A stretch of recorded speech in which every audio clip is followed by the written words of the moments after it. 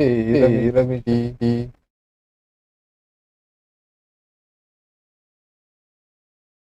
This.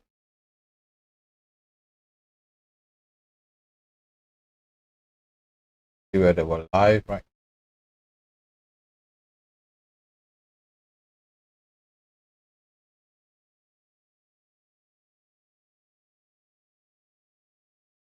Hey, this. Let's just see whether we're live, right? Okay, cool, great. Well, it's great seeing all of you here live. Also, today is really something very. I'm going to do something very different today. So stay tuned if you are coming in online right now.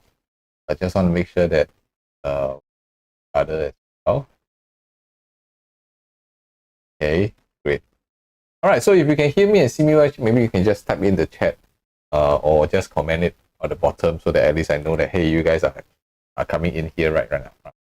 Okay, yeah, so today I'm really going to cover this very important topic.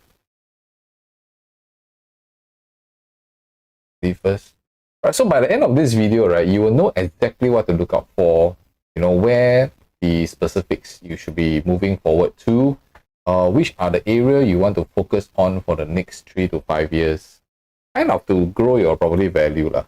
And right now, I believe in the marketplace there are 3 big problems. Number one, you could be confused about, you know, the marketplace because there's so much online, social media, and it's so noisy, right, that it has ever been. And number two, every agent kind of you meet directs you to a new launch, and they kind of don't understand your property plans and needs first, and you kind of become a little bit more skeptical, right? And number three, and because of these 2 things, all right, you kind of got stuck and you do not know what to do next, and you, most importantly, is you want to do it but you don't know how to do it properly. So there's no really proper clarity of your next move. So today, right, what I'm going to try to do is I'm going to do 2 simple things. Okay, number one, I'm going to teach you this tool called Urban Planning Advantage. So it's a tool that I've been using all the time. Okay, not only just for ourselves, but also for our clients and homeowners that we have actually advised and consult with. And number 2, this Urban Planning Advantage is going to give you exactly what to look out for. So you kind of avoid falling into the master plan trap, okay, which a lot of people actually fall into, and you can start your property journey right now. Okay, so my friends here, whoever is here with me, I just want to share with you, like, since 2009, we actually have figured this out and been using it a lot. Okay, not only just ourselves, but also hundreds of homeowners out there and investors, okay, that we have consulted with. So this tells you actually 2 things. First of all, we like to base on facts. Okay, because facts, you cannot lie about the facts, and this thing really works because we're also using it ourselves. So this framework that I'm going to introduce and I'm going to teach you right now, I actually use it every single time, okay, before we make any major property decisions. And this is very, very important because why? Because be it whether you're buying a private property, okay, or maybe you have the intention that you want to, you know, sell and buy the next property, or perhaps you just want to acquire an investment, right? So in full transparency, this works actually for both resale as well as new launch property too. Okay, so without in a short while, right, we were going to just really kind of go through this information properly. And I believe one of the key things is that today, if you want to kind of look into property, whatever that I'm sharing with you right now is more or less the basis of the REI method. Okay, the REI method, and this is how we run our private consults. And more importantly also is the we've been teaching this for a long time lah. Okay, so a lot of our clients, and that's why their property currently actually outwins the entire market. All right, so that is, I think, very important. So I'm going to share with you in hope that you'll be able to kind of steal it lah. Okay, and then you can use it for yourself. I think that's very, very important. Okay, yeah. So of course, today I also want to kind of share with you guys first is, it always starts with the why lah. So if today is your first time coming online and you have not subscribed to our channel, please do so. I would love for you guys to, you know, kind of learn a little bit more from us, and at the same time give me some loves and likes, and by you supporting our channel, it really means a lot. And I really want to continue to add value by giving you guys the latest updates about property. All right, so let us start with why. Okay, why do I want to start with this? All right, so why a property underperforms every single time, right?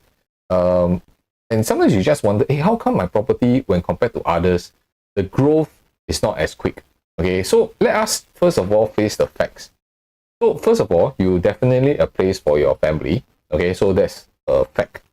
And a lot of us, when we buy properties, unfortunately, we also just look at the very surface things like where's the location, my budget. When I buy where I'm familiar with lah. And also some of us, we buy because it's nearer to our parents, or maybe this is where we grew up in, so we want to buy back into the area that we know. And whatever you're doing is definitely for your family. Okay, it's for your family. So I want to introduce you all this understanding, right? So at least let me switch my screen, right, so that you all can actually see it properly. So that's why I want to kind of tell you all that today I want to share with you all new concepts where we use this to study about property, and this is very important. So this is what I call the a hot button decision. Okay, I like to call this a hot button decision. So what is a hot button decision? So basically, right, it kind of guides us along on how we should be looking at property. Okay, so let me just do this. Yeah. So one of the key thing, right? So if you look at a hot button, right? Right. So if you look at a property journey, okay, a lot of times when we purchase a property, there is always this element that if let's say today there is a situation where our property will go up in value, ma. So this is what every one of us, we all hope our property can become. So no matter whether we're buying 10 years ago, 20 years ago, or into the future, 20 years later, this is something that we always want our property to perform. So this is towards the pleasure side. Okay, so you kind of like this towards pleasure. Because when your property grows, hey, I feel good. But there's also a situation where the property becomes on the same level. Okay, so this situation, okay, let me just perhaps write down. So this is a growth situation, right? And if let's say today your property over the past couple of years, it has been kind of on a straight line, then likely your property is on a very stable mode, right? And the moment when your property is in stable mode, right, it's actually towards what? Stagnancy. Okay, it's towards stagnancy. And of course, the case where a lot of us, we don't want it to be, which is downwards. Right? So when it goes downwards, means what? Your property value drop. And when your property value drops, of course, none of us we like lah. Okay, none of us we want that to happen to our property. But it does happen, and when that happens, your emotion, your attitude towards your property suddenly towards agree. So if you agree, can just respond accordingly. Yeah, so this is generally what a lot of us, when we are homeowners, we kind of guess ourselves, hey, today my property, will it go to the growth stage? Or will my property be stabilized? Or in the worst case situation, will my property value drop over time? And we don't have a clue on how to look into this. So a lot of times when we guide our clients into property market, right, we actually help them to look into this and to plan ahead. Why? Because today, ultimately, you must understand property, you need to plan way ahead, not just, oh, today when you see the market is well, you want to move forward and just start doing it. Sometimes you may need to plan ahead, and many of times, whether we are helping our clients to upgrade their property or enter into the market for the first time, we like to plan ahead and then execute in the next couple of months or maybe sometimes even years. It really depends. Because at the end of the day, what we are trying to achieve is, even if your property has already grown in value, the key thing is that, will it continue to go up? Or will it continue to stabilize? Or will it continue to head down? All right, so these are the question marks that a lot of homeowners are stuck at. That is the reason why they can't move forward. Because it will be in the situation when you see that your property market has increased, then you wanted to switch it out, and you also be worried, hey, that means the next property I buy will be higher pricing. Okay, so sometimes this is what a lot of homeowners fall into lah. Okay, and they when they are looking into their property journey, they kind of just hope. They hope for what? When they buy, they hope that the property grow. Okay, then they just go to Guru, see a few listings that they like. They arrange for viewing the following week after week and then just purchase. So there's nothing wrong with it, because that's how a lot of our, even my parents' times, that's how they buy property. So that could work very well for the next 20, 30 years when the prices are actually cheaper than now. But right now, if you have understand, right, the property market actually very high in terms of pricing, in terms if whether it's a new launch, resale, or even HDBs. Prices are extremely high.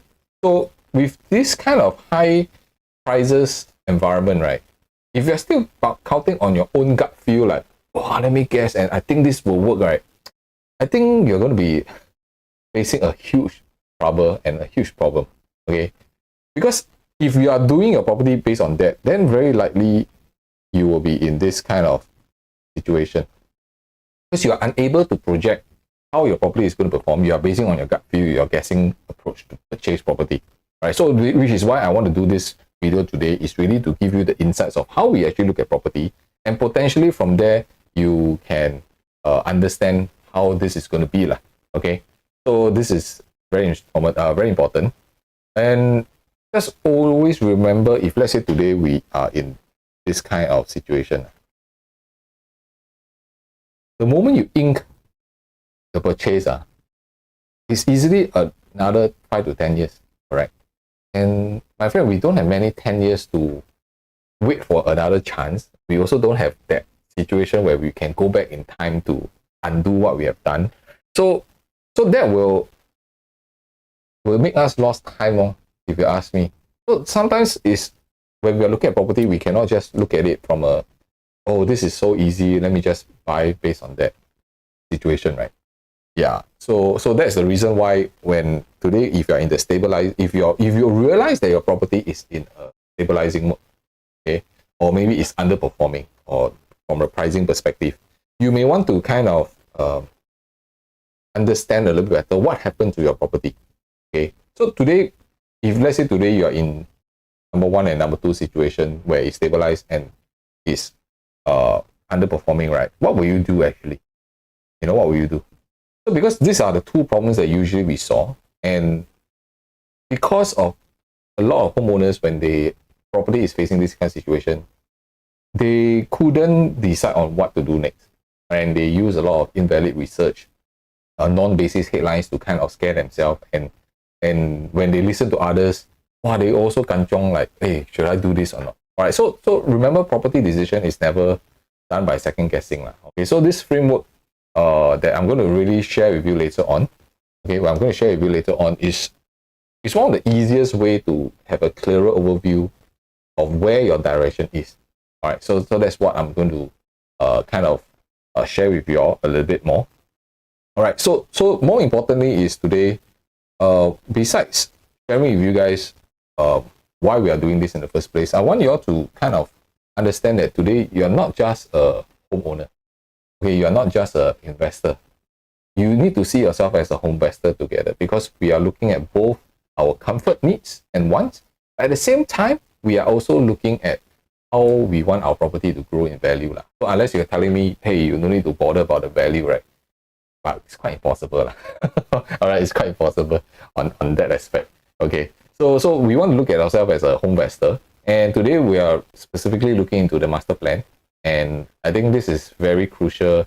Why? Because the draft 2005 master plan has already been announced. Okay, it will be released in June. So that's why there's a lot of public engagement currently regarding the master plan, although they already more or less planned well. Also in June, the latest master plan, draft master plan is going to come out, which is usually what I do is I will also organize like bus tour or van tour together. So I'll be like your tao yu, your tour guide. Then we will visit URA and Maxwell Road to kind of study the master plan a little bit, and I will share with you my own insights, what is happening and what are the research that we have done. So if you kind of like, hey, this is something that you want to learn and you are very well to join me and my team together, you can just comment below URA and we can pay them a visit when the time comes. Yes, when the time comes. So you'll be released in June, and there will be a lot of exhibitions there that we can learn from. There will be a lot of activities usually, and of course with me, your tour guide, I should be able to give you more insights also at the same time. All right, great. All right, cool. All right, so at the same time, I also want to introduce you another kind of a understanding. So a lot of us, when we are looking at property, right, we only look at the physical project. So a lot of people are doing, I want to look at this project, this location, and then you just go and see whether it's a resale or new launch. But there's a certain structure that we look at master plan and the properties, and that's why whenever we make a decision, there's a certain format, there's a certain framework that we follow, and I'm going to share with you how we look into this. All right, so it starts off with the so basically when we look at properties, right, there are 4 different areas that we look at. Okay, 4 different areas. The first area that we look at is we call the planning guideline. Okay, planning guidelines. So what does the planning guidelines help us? It helps us to have a very good overview of the entire Singapore development. Then the second thing that we will look at, right, is the concept plan.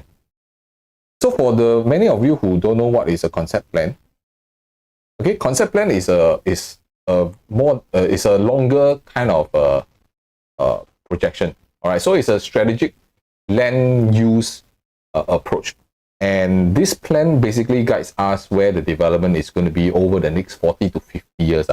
Okay, so it's a very, very long time. So the concept plan actually allowed us to kind of witness the 40 to 50 years plans are going to be. So a lot of this 40, 50 years, we may not even see in our lifetime, but it's part of a bigger picture where the government plans very well. And the only difference is when you look at a concept plan, the land use plan. Okay, the land use plan is every 10 years. Okay, they revise every 10 years to kind of look into a microscope to be more specific. And the last one was in 2022. Okay, 2022. And after we look at concept plan, the third thing that you must also have is, we call it the master plan, which is something that I believe every one of you are very familiar with. Okay, so in case for those who are joining us for the first time and you are not aware what is the master plan, okay, master plan is generally they basically translate a broad and very long-term strategies from concept, okay, from concept plan into very detailed planning in specific districts, specific locations. And their plan is always to implement this over the next 10 to 15 years. Okay, it's always over the period of 10 to 15 years. So my question to every one of you here, so how often does master plan actually change? All right, because I believe there's a lot of information online. How often do master plan actually have an update? Okay, if you know the answer, just comment below. I'd like to see whether are you guys in tune with property or not. Okay, all right. So that's how you see how we look from a planning guidelines. We go into concept plan, then we go into master plan, and all this takes a lot of time and research to really look into it. And why we study this, okay, is because we want to understand where the government's direction is, And that also allows us to implement things for our clients to project a little bit more into the future. Is this a kind of magic crystal ball that is 100%? Okay, if anybody tell you 100%, you better run far away. Okay, it's never 100%, but at least there's a certain blueprint. Okay, there's a certain breadcrumbs that has already been laid, right? And our job, right, is like Hansel and Gretel, right? We basically try to follow the breadcrumbs for you all. Instead of you doing the job, we are the one to help you connect all those dots so that we can provide you a more comprehensive research and analysis on this. All right, so these are the areas that we look into it. And also another aspect that you need to be very careful, you need to take note of besides this 3 plan is that there's one more layer, we call it the growth plan. Okay, the growth plan. So this growth plan is what we deep dive a lot, because ultimately as a homeowner or as a home investor, our objective is we also want our property in terms of value to be protected and appreciated over time. Okay, so instead of just relying on the 3 broad points, we also go into growth areas, growth plans to determine where our direction is as we do our own investments or even to help our clients. All right, so this is how we get ahead of the curve than anybody else and win in any kind of market, okay, regardless of the certainty and uncertainty that many people will have.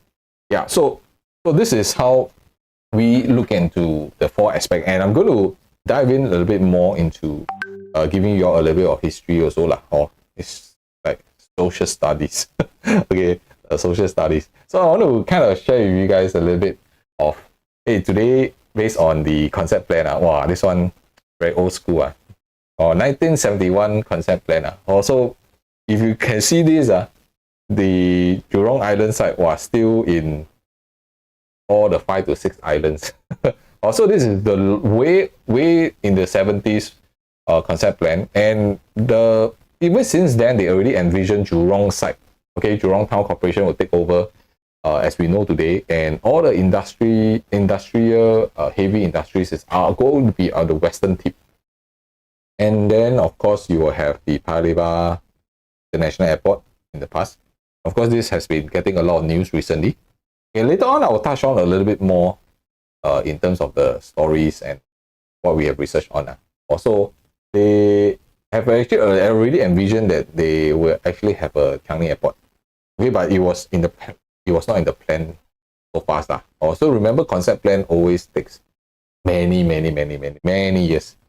So this is something that they envision, and they kind of want to see how the airport, because Paya Lebar was the airport then, so Changi was not. So I think one of the key things that they also realize is, if let's say today you are here, your flight path, everything is kind of inland, right?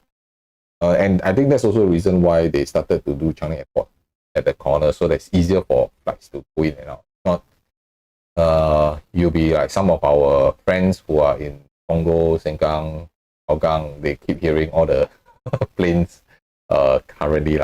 So that also is something that over time, as developments, should I say, as economy progresses, development progresses, the world progress, urban planning becomes a very important part to allow our economy to continue to grow. And I think this is also one of the reasons why in the past they strategically wanted to build Changi Airport. Or, I mean, of course, right now, if you all have been following the news, you all are very aware when Paya Lebar Air Base is going to move out by 2030, the entire area's flight control will increase. And I'm going to cover it a little bit more later on the video. All right, so stay tuned. So how many of you perhaps want to guess when was the first flight that took off from Changi International Airport? If you all can guess, just type inside the comment. No right or wrong. No right or wrong here. We're just here to, learn together. All right, just type in your comment. All right, so interestingly, about for Changi Airport, it actually took 10 years. 10 years to build just one terminal. Okay, one terminal. And now we are evolving to T5. So how big is T5? All right, it's the combination of T1 to T3, if I'm not mistaken, or yeah, T1 to T3. All right, that's the combination of how big T5 is. So it's massive. Okay. And there's also a period where during then they were debating whether to have a all bus systems or you know the transportation system combination, right? So when the MRT first took off, right, it started actually in 1987. Well, all these are like archives, but everything is good to understand where the history, because I believe as a homeowner, we cannot just only look at the property. Some of all this information give us some hints that we should look at certain areas, certain possibilities, and that will help us grow, not just as a property homeowner, educational also. So when they first started the train stations, there was only 5 stations back in 1987, or back in 1987, only 5, right? So if I'm not mistaken, the stations is the Toa Payoh, Bishan, Brother, Ang Mo Kio, Yio Chu Kang, those 5.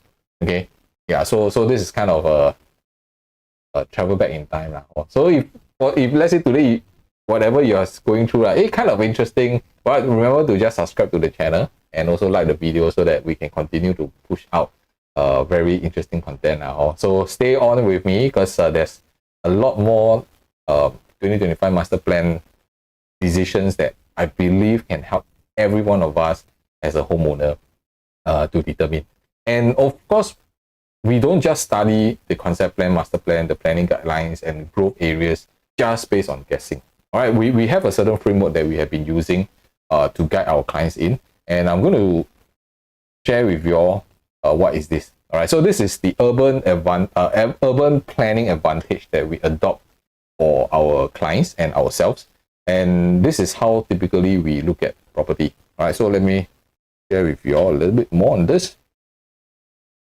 Okay, yeah, so how urban planning advantage works, right, is that basically there are 4 areas that we should be looking at. Okay, there are 4 specifically that we should look at. Why? Because today, when we want to study about growth of a certain property, right, it's not just about the size, it's not just about the location, it's about whether that area has movements, whether there are new developments, whether there are transformations, and all these things. Once you are able to study it carefully, then you'll be able to pinpoint exactly when potentially it can happen, and also how you should hold on to your property. So one of the biggest mistake that I see in a lot of homeowners is that we tend to overstay in our property without us realizing. Okay, without us realizing. So I'm compiling certain data points that I'm going to do in my next video with regards to overstaying in a property. Okay, so I'll explain more in the next video. So do remember to check it out later on. Okay.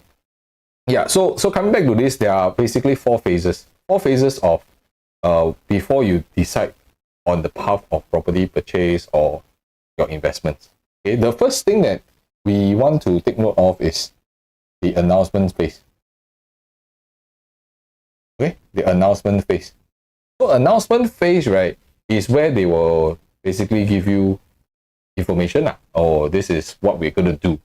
And usually they it always get people very excited. Also, then, but of course, a lot of people get excited, then they just jump into it. Okay, it could be that kind of situation, and it happened before. Like, for example, okay, I don't want to talk about old story, but talk about recent, like Greater Southern Waterfront. Okay, I think for the last, when it first came out, everybody is talking about Greater Southern Waterfront. Even properties further away from Greater Southern Waterfront, they also say, hey, this property you buy will be, you can ride on Greater Southern Waterfront. I think it has been, I think the last one when they highlighted was like quite recent, maybe like less than years ago. You know, but is it up yet? So that's the question, right? So it's not that it won't happen, but because Greater Southern Waterfront is part of a concept plan that will take time to build. Okay, so another one that I also want to help you avoid, okay, so that you don't just jump into it blindly and then hoping that it will happen so fast. Another one is Paya Lebar Air Base. Okay, I want to be very specific. Yes, it is definitely coming to clear the airbase by 2030, but they won't develop the area so quickly because they have, once they clear the land has to settle down. It also maybe take another 1 to 2 years. We don't know. Yeah, so don't jump into a certain location because the news was out. So even in announcement phase, we are very kiasu. So we also split it into 3 phases. So basically, there are 3 phases. Okay, the first phase is what I call a start phase. Okay, start phase meaning what? When they start announce. And when would they usually announce? The first thing is newspaper lah. But the biggest hint is during National Day rally. National Day rally, that's where they will announce, PM will announce the big picture plan and everything. But then after that, everybody got excited and then start going inside to those areas. So that is something the NDP rally announcement, that is the start. Okay, the start of something. Of course, beforehand they may already have started certain things or planned certain things, but it just gives us a good glimpse. All right, so that's the start phase. And so sometimes when you go into a location and then you just purchase based on this, I wouldn't say that it's incorrect, but it also depending on your timeline. Okay, then your age and how you want to, what's the timeline that you want to hold on to your property. Because if you go to a certain location and it requires you 20 years to hold on to it for the development, right? Then maybe a little bit too late. Okay, so that's why the start phase of the announcement is a start, but that's where we will start to monitor. Okay, then the second phase is we also need to monitor whether there are changes or not. Why changes is important? Hey, it doesn't mean that everything planned out will be executed very logically or step by step one. Okay, so if you all can remember the popular RTS or so in wrong area side, it did not materialize. So a lot of people went to buy J Gateway during then. It was extremely overpriced PSF during then. None of the properties around there had that kind of PSF. But they went in with this kind of announcement. But of course, things happen in between which nobody can project. Yeah, so sometimes we have to also monitor the changes. And the last phase, right, is the end phase. Okay, the end phase where basically the news has already been announced, and the end phase will continue to the next level of criteria that we have to look into. Okay, so this is important. So the end of the announcement usually is the start of the next phase, and the next phase is, we call it infrastructure. Okay, infrastructure phase. So infrastructure phase also very equally important, because when infrastructure means what, there are things going on the ground. You actually physically see things that is happening. Okay, and you start seeing like people do measurements, you start seeing workers, you start seeing certain things to do with their underground. That is also an indicator and a sign that things are coming up. So if we come back to looking at the master plan, right, let me just share with you. This is the 1991 master plan. Okay, the next concept plan after the 1971. So you can see right now, the Jurong Island now become one big portion. So here you can also see the Paya Lebar Air Base as well as the Seletar International. All the previous air base or Seletar, Paya Lebar Air Base, and then there's a few like Sembawang Air Base around. So all this back in the concept plan in 1991, they already started to have a lot of movements. Okay, a lot of movements, start developing, start reclaiming land. So these are, and you can see from here, the reclaimed land already started. Okay, let me just draw it out for you. Let me see, let me use different color. See, the reclaimed land. So of course this is Tekong, then this is Ubin. And during then, there were actually talks that they want to connect to Congo. So they want to kind of link this up. That's the plan. Or when you go and read all the alpha, it's quite interesting how Singapore urban planners work. They really, really plan very far. Of course, will it materialize? That's why we use our urban planning advantage framework, right? To kind of monitor it at the same time. Right, so the idea was they wanted to have roads and rails to connect it 1991 until now is how many years already? 30. Have or not? Not yet. But interestingly is the reclaim here. I want to show you here. Okay, so if you have been, if you are like us, where we study master plan like crazy, right? What is this color, like orangey color, right? What this color represents? What kind of property type? So in 1991, they actually plan to do residential there because it's this color, so this color is actually residential. I was like, wow, this one is what? Airport residential. Airport residential. Also, is it possible? Unlikely lah. But of course, after that, what happened is the 2001 master plan becomes smaller already.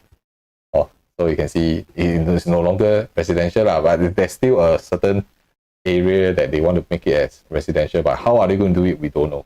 So that's how you can see back in 1991 and 2001. Of course, they changed colors so that it's easier to understand, and they made a lot of all this master plan available even online for you all to actually access. Also, this is something that it will help you every now and then. If you nothing better to do, you can go in and play around. Quite fun one, so that you can learn a little bit more, not just about you as a homeowner, but understanding property as a general trend. So I always advocate that today, as a homeowner, right, we cannot just look at our property as, oh, I just stay there.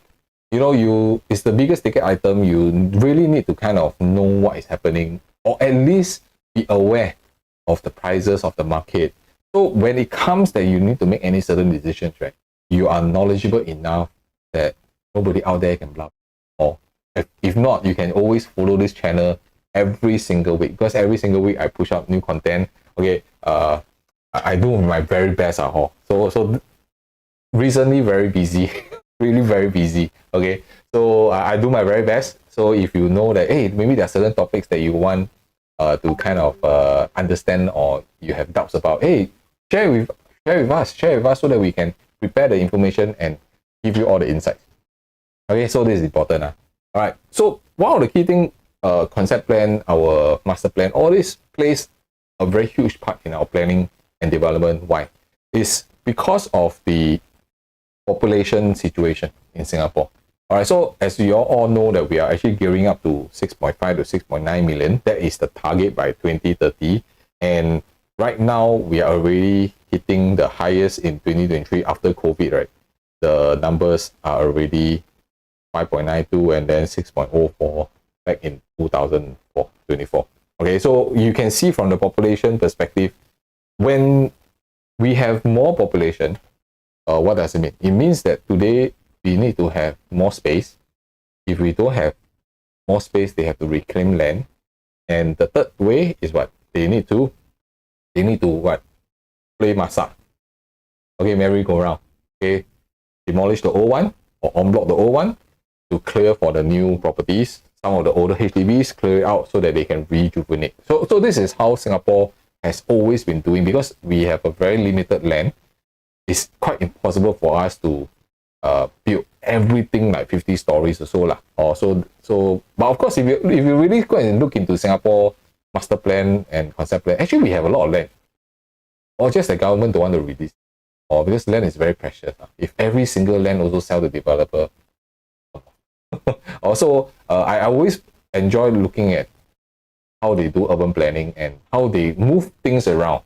Also, like for example, in 2012, when they want to kind of rejuvenate, or should I say revitalize this entire CBD Shenton Way area, right? Wow, they do a big 20 years plan to move a lot of businesses and commercials outwards from CBD. This is where we are enjoying the fruit of the last 20 years today. Okay, so this is very interesting. And moving forward, the next 20 years plan is even more interesting. So stay tuned. Later on, I'll share with you some of the key areas where there will be a certain growth element that if today you are interested to hold on to your property for the next 3 to 5 years, that those areas potentially can help you grow in terms of value of it. Also, we're going to study that a little bit more. Okay, so of course, when it comes to the latest review of concept plan, it was carried out in 2011 to 2013, and this was released in conjunction of the land use plan. Okay, so how many years was land use plan supposed to be changing every single time? Okay, how many years? Type in if you all can remember. Okay, I did share this already. All right, so every 10 years they will have this land use plan out. So the last one was 2013, then of course the most recent one was 2022 lah. Oh, so this is how. So the key thing is that today, today we are seeing the entire area. You can see a lot more developments. Our Tuas area has been expanding. Our reclaim area going to be expanded, already expanded. Because we all know the next master plan, what is coming in.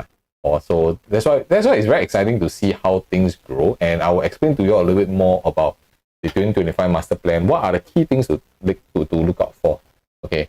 And today, one of the key things is that today about Paya Lebar Air Base, right? I just want to give you guys some just some numbers. Also, Paya Lebar Air Base, some people say very small, some people say very big. It's actually very, very big. It's actually very big. And there's already draft plans of how are they going to develop the Paya Lebar Air Base area. But again, as I mentioned, it's not going to be like today you want, tomorrow it happens. Okay, it will be step by step. There's a lot of movement that they have to clear from the airbase, let the land settle down, and then they start doing certain things. Okay, ultimately it's still an airbase. So some people are commenting like, hey, are they if they move from Paya Lebar, then they will go to Tengah. Then that's why they got space even for Changi Airport went to T5. You see, so there's a lot of movement. It's like moving Lego bricks, ask me, or moving Lego bricks, so that they can free up certain space. But when Paya Lebar Air Base move out, okay, what I can share with you is the surrounding area, the potential is extremely high, not just because of the land usage. Okay, the airspace, because now that Paya Lebar Air Base is gone, the airspace means that properties are able to go beyond a certain height. Alright, they are no longer limited by the restrictions. Okay, so this is something that have to be we have to understand. And by you understanding this, right, it comes back to our the plan where when we start looking at our infrastructure. Okay, because when we start looking at our infrastructure, right, there's also 3 things that we should look at. Okay, there's also 3 things. The first thing is, how do we determine that this area is really zoned for infrastructure? Because maybe there's an announcement, but maybe there are certain changes and it's not coming into this location. So that's how we are very on the ground. We kind of CSI, very spy one. We kepo here. When we go to certain location, then we start asking the Bangla, what are they doing? You know, we do this kind of things to kind of give ourselves a certain edge, to have certain confirmation, to kind of pinpoint that based on facts, based on news, is it happening on the ground? All right, that's where we will go on the ground. And I want to give you all 3 very easy, simple indicators that can help you. So next time when you're driving or you're walking, be a little bit more observant. Okay, be a little bit more observant so that you can kind of see, hey, what is this thing happening? That is happening. Especially if you're staying in a certain location and there's a lot of constructions, all these are telltale signs that things are coming also. Okay, so what are the 3 things? Okay, the first thing usually in whether it's a new township or whether there's a mega development going on, the utilities will be the first thing that you will see it happening. That means the water, the electrical, sewage, drainage. So if you go and ask or you see signboards, hey, things are going on, hey, that means these are indicators that something could be happening. Okay, and because the water, electricity, sewage, all these are the foundational necessities, okay, for any areas when they want to change new things. But of course, nowadays most areas are already done. Also, sometimes when I have friends visiting, right, we always joke at Singapore, you can never have a day that is no construction going on. Right? Whether it's the roads, whether it's the building, there's no one day that there is no construction. Only one period, COVID. Only COVID don't have. The rest, every other day, the road is properly settled.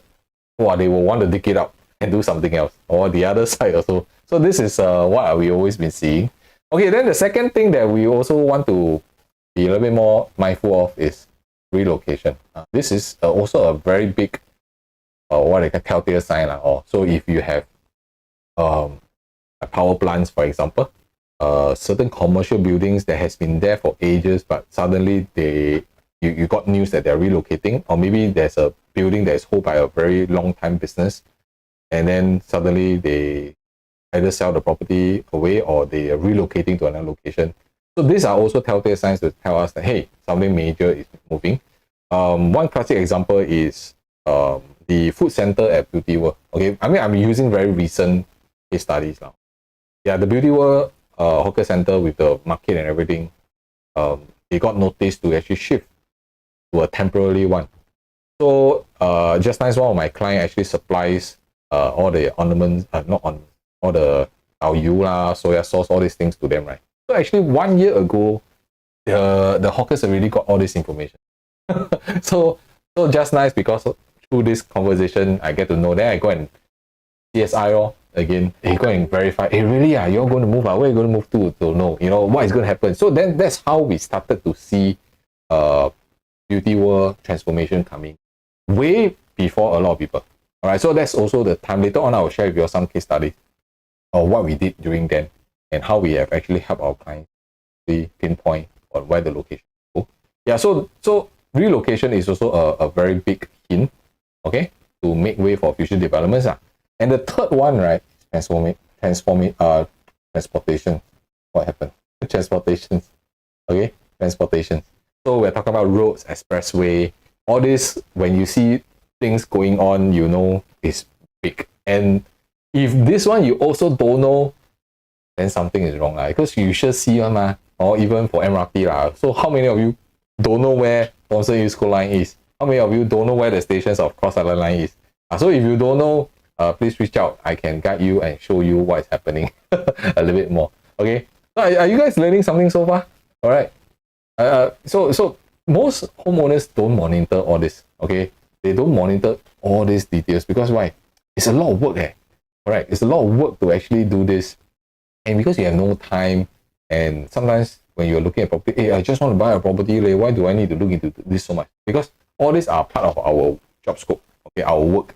We're passionate about this, and that's why we always go above and beyond to look into more research points to help our clients enter into the property market safer. Okay, we're not saying that you cannot guess your way inside, but what if, besides guessing or maybe based on your own personal needs, there's another set of criteria or indicators that can help you, and when you enter, it's safer for you.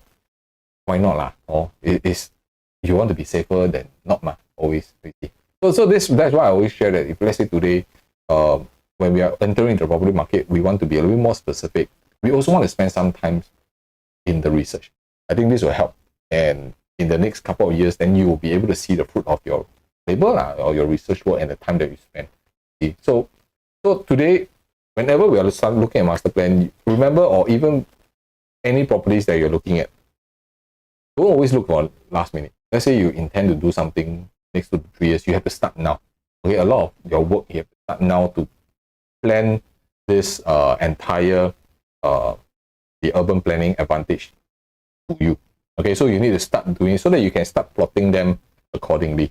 So a quick check-in. Okay, a quick check-in. If you are planning your property move and you have not used this urban planning advantage before, not yet, in the description below, okay, you can grab this worksheet that I've provided you, and you can use it to map out your advantage over others. And especially when you're planning your own property journey. So this worksheet can help you really kind of know, or should I say remember what you should be doing. So always remember, property is not a destination. Okay, it's a journey. Okay, because market changes, consumer behavior changes, and so you constantly need to be updated about property. It's not I buy and then for next 20-30 years, since I'm not selling, I don't need to know. I think that is the wrong mentality. Also, I really want you all to become a home investor, not just a homeowner who just stay. Okay, All right, so if you have not followed me, you have not subscribed, please do so. Okay, I appreciate it. And go and tell more others about what you're learning today. All right, so coming back to the most interesting part, which is the let me just this, which is the 2025 master plan. So I'm going to cover a few of the key growth areas. Yeah, I'm not going to cover all, so I'm going to just cover a few. So I draw some arrows here, so maybe you all can guess some of this location. Also, of course, one of the first key thing is your south lah. Okay, you cannot run away. But the Greater Southern Waterfront area is definitely going to be mega. It's just that it's not time yet, meaning things are still moving around. They are still, they just started lah, if you ask me. Our marina area is one of the key indicators that they're going to turn the marina area into the business hub. So we're going to move Shenton Way towards Marina Bay side. Okay, so that's how we expanded. So this is very interesting. And of course, if you have your northwest area, you see a whole chunk of greens. Okay, whole chunk, this is the, for guys, you will know this is the live firing area. Okay, live firing area. So this is in the northwest area. So a whole chunk of area. Can you imagine if all these things are being circulated, right? You know, you can free up a lot of space, you know. All right, whether it's industrial, maybe even residential, although it's quite, I mean, quite far. Okay, so this is the area. So if we talk about land reclamation, right, you can see that they started to reclaim Pulau Tekong. Okay, they start to reclaim Pulau Tekong area. So the idea is they want to move the live firing area here. Okay, so that's the plan. So when they move, then they will free up the firing area, which can do quite a lot of things. Also, this is how Singapore maneuver in terms of space, because we are limited. All right, so we cannot go too high. Yet, if we continue to dig, cost also very high lah. Although it will be quite interesting, you all can just go Google, right? Singapore is definitely exploring underground living. Or quite interesting. I saw the things. I saw the, what do you call it, the write up about all these things. So they're exploring underground living. Oh, it always reminds me of the show Resident Evil. underground. All right, the hive they call it. Oh, so that's something interesting. All right, so the west side, like, what is the west side? Of course, west side, you know, it has always been the Jurong Innovation District, very big. Oh, so government also has gone into collaboration with the Hyundai of South Korea to assemble, okay, not to build, just to assemble electric cars in Singapore. All right, so that's where they will do it, and also a lot of other technology advancement items. So if you drive to Jurong area, it's been a while since I last drove there, but because of all these plans, sometimes I have to be careful, right? Then we just drive and take a look. Areas where you seldom travel, right? Wow, I tell you, it's a totally changed. Like, you have flyover, you have all the massive roads, all built, getting ready for more to come. And this is something that I always share with my clients, right? What I appreciate a lot is when Singapore says they do it, they will do it. So that gives us comfort, first of all. That's why we are following the breadcrumbs is one key indicator. And the second thing is they will always build infrastructure first. The infrastructure will always come first before anything else. Because when I studied how history of urban planning, in the past they did do some mistakes. Okay, like in the Punggol side, where they have a lot of people going in already, but the infrastructure was kind of haywire. So some of you, maybe you have experienced it when you're staying in Punggol, the jam and everything, that there was a lot of complaint. So I believe they learn from their mistake and they come back up very strongly with every little township's execution right now. And it becomes clearer and clearer on our end as we are doing our research for our clients, right? It's, I would say, easier. I mean, it still takes a lot of time, but I would say that the projection of what's going to happen is easier, is clearer right now. It's definitely clearer. Also, this is how I see why urban planning is important. Very important. All right, of course, we have our Turf City area. So this is where the of course, I'm not going to cover too much about this because subsequent videos I have plans to actually talk about how the Cross Island line that is cutting through King Albert Park has a huge impact on the property prices around the area. Although right now you go there, Bukit Timah area is, I would say it's a mess, but it's just not ready yet. Also, something very interestingly that I had a conversation with an urban planner recently, and so if I can find a time, I will do the video. Or maybe more encouragement from you, I will also do the video. Okay, all right. So of course, this one I'm sure you all already understand here, which is Pulau Ubin. Okay, so Pulau Ubin, of course, is recreational lah. So it has nothing much. And of course, we have our T5. T5 is coming out, which is 1, 2, and 3 combined, very big. Okay, so one of the area, let me just maybe clean this up a little bit.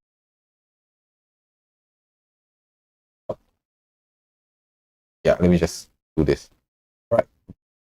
Yeah, so one of the key things that we have to kind of acknowledge is that we still have a little bit of the like Seletar Air Base or Sembawang area, the Seletar Aerospace area. So this they all form all the area where today, if we talk about maintenance of airplane, they will still continue keep, because we have questions from clients like, hey, since they're moving to Paya Lebar, hey, then Seletar also can move, move to somewhere else. But of course, that one is more for one is going to be, I mean, that's private commercial kind of entity. Okay, so we don't foresee it in moving anytime soon. Okay, I think although the land is a huge potential, there's a lot of things happening. So based on this, it also gives us a very key indicator of what is happening. Because with the aerospace there, that's where you can see where Punggol is. This is deemed as your digital district. Your university, SIT is going to be there. And right now, if you drive all the way there to Coney Island area, right, wow, the whole place has already been transformed. And this plan has already been highlighted actually since 2012. But things are moving step by step. So can you see from 2012 until now, then we start to see them appearing. So that's why when we are starting planning guidelines, we're studying concept plan, we're studying master plan, as well as the growth plan, right? This also highlights your timeline. Okay, how long are you intending to hold on to your property? How should you be holding on, or should you be exiting to another location? So all these are part of our decision making. Okay, our thought process whenever we help you all to discuss about property. Okay, so very, very important. So there is a one area that I believe is under the radar at the moment. Okay, for moving forward. Also, this area has been under radar for longest time. So I don't know whether any of you are staying there. So, but if you are staying there, it may be a good time for you to ride on the wave. Okay, so Yishun, if I study the master plan, I do see that there's a huge potential coming up in Yishun. Because so far that. Right, so if you look at transactions and prices, Yishun has always been lagging quite a fair bit. Okay, in terms of price valuation, and some maybe it's too far north, maybe near to Woodlands really, or Malaysia Causeway. Woodlands you have supports, right? Because Woodlands you have supports of Causeway, of Malaysia, but Yishun don't have more. That's why Yishun always slower in terms of the price growth, but I believe moving forward, this is going to be another interesting area to look at. Okay, so I share with you how some of these telltale signs are coming in. Okay, let me just pull out some of my research that I've done, right? Okay, okay, yeah. So first of all, there's the EC in already. Okay, so that's definitely one indicator. And so North Gaya is actually along Yishun Avenue 8 area. Also, it's a whole mess of greenery. Okay, a lot of greenery. And so there's still a lot of land there not being. Okay, so when I study the entire master plan, right, if you can see this, right? Yeah. Yeah, so if you can see this, right, basically it's like an entire area of space that actually all links are. so this also is one of the indicator. Another indicator, right? Of course, visually eyeball you can see that it's damn big, but one of the other indicator is because of government land sales. So part of infrastructure, once you can cross over to transformation, which is the third part, right? One of our indicator is government land sales. So we also use government land sales as a huge guideline, drive which direction we should go for in terms of property. All right. So government land sales in Yishun area will be Chincharu. Chincharu is near the Yishun, Safra side. Yeah, so they're going to launch there. So it's at the southern side. And so that and it towards to Sembawang airbase area. So that area, I believe there's a huge potential moving. Of course, that based on just data research. In terms of comfort, in terms of accessibility, in terms of can you see yourself staying there, then that's a different ballgame altogether. So I'm only using master plan as a guide to see where we can go.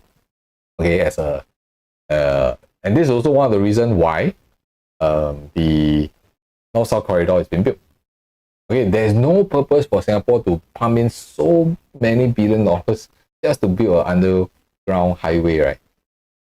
There must be something going on from the south to the north. So in our private consults, when I share with clients a little bit more in details, that's where we will uncover a lot more insights of how all these plans out there are actually affecting our property prices, how we as homeowners can use some of all these property breadcrumbs to navigate our way into the property market and shift it along the way just by following all the breadcrumbs. Right. So of course, besides some of all this, you also have the this area. Okay, what is this? If you all don't know now, please go and watch some of my other videos. Right. So this is of course the eastern side, where the Long Island, one of the quite most talked about Long Island situation. All right, so I'm not going to cover this here. Okay, what I'm going to do is I'm going to do another video that I'm going to share with you exactly what is happening to Long Island. That's one. And I'm going to share with you, even with this transformation, even with the Thomson East Coast Line, why did I sell off a property in the East Coast area before all these things came up? All right, so I will be very transparent to share with you all. I'm going to be putting out real numbers, putting out real thoughts, and what are the key property life cycle traps, okay, homeowners like us generally fall into if you do not study it carefully. All right, so this is very important. All right, so of course, in a summary, when they want to do the Long Island, is also to free up the shoreline. Okay, so in summary, because of the melting situations, the sea level, they want to protect the eastern part of the Singapore. And this goes all the way to, Marina area. So this is a huge thing. Okay, and it connects all the way from Changi. Of course, I will cover a little bit more about the Long Island and what's the impact it has, and why is it that we sell off the property before all these things. way before all these things came out. Okay, so this is something I think I believe I want to share with all of you. So I hope that today, based on what I've shared with you, it gives you a little glimpse of how we actually look into property. And also more importantly is there is a structured framework that we use besides just guessing our way into property. So we don't do that aspect of guessing. We like to use real data, real numbers, and to kind of navigate ourselves. So just to give you guys a quick summary of the quadrant. So the first phase is always the announcement phase. Okay, announcement phase, and then it goes into infrastructure. And as we go forward, it will be the transformation phase. Transformation phase, there's also 3 portions to it.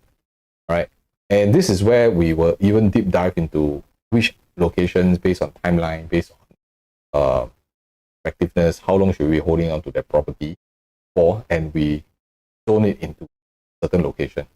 And last but not least, also your exit timeline. So property is never about buying. Buying is just one equation. It's about when you exit. So a lot of homeowners, sometimes they miss out on a higher margin of profits because they overstay in their property. Some of them, they sell the property too fast, and resulting in them not maximizing their profits also. So this is why when we start looking into the urban planning advantage, right, is that there's a systematic way for us to guide you through in this process. And as we move forward, of course, if let's say today you do need some help, okay, if you do need some help in terms of a property, you can always scan the QR code, be it whether it's a resale or whether it's a new launch. You want to seek a second opinion on, hey, whether what you are doing is correct or not. You want to understand a bit better on how some of these frameworks can actually help you. Okay, so we have various structures and frameworks that we do to guide our clients in even ourselves step by step. Because there are so many different launches right now, right? So are they really ideal for you to purchase? Okay, so you have to start seeing it a little bit deeper, or you need to start seeing it a little bit deeper. So, and also at the same time, what you can do next, in the description below, you can grab the urban planning advantage worksheet that can also help you map out the 4 stages towards the growth of your property. And at every stage, at least you know that, okay, this is what you should be looking out for. Even when you're driving, whether you're seeing newspaper, sometimes you see a certain news about it, then you can remember, oh, this is something that I should take note of since I'm going to look into property in the next couple of years, or maybe in the short-term period. Because I guarantee, right, by having this urban planning advantage framework, right, it actually helps you to look at it easier. Okay, it's easier for you, and it's going to help you be more structured, and you get more clarity. So you can thank me later, or you can just follow this channel, subscribe to it, like the video, give me some love, and I definitely would definitely appreciate that. And of course, if you want, you can comment. Just comment below, right, what you have learned today, and either way is cool. All right, so I shall see you guys in my next video. So stay tuned.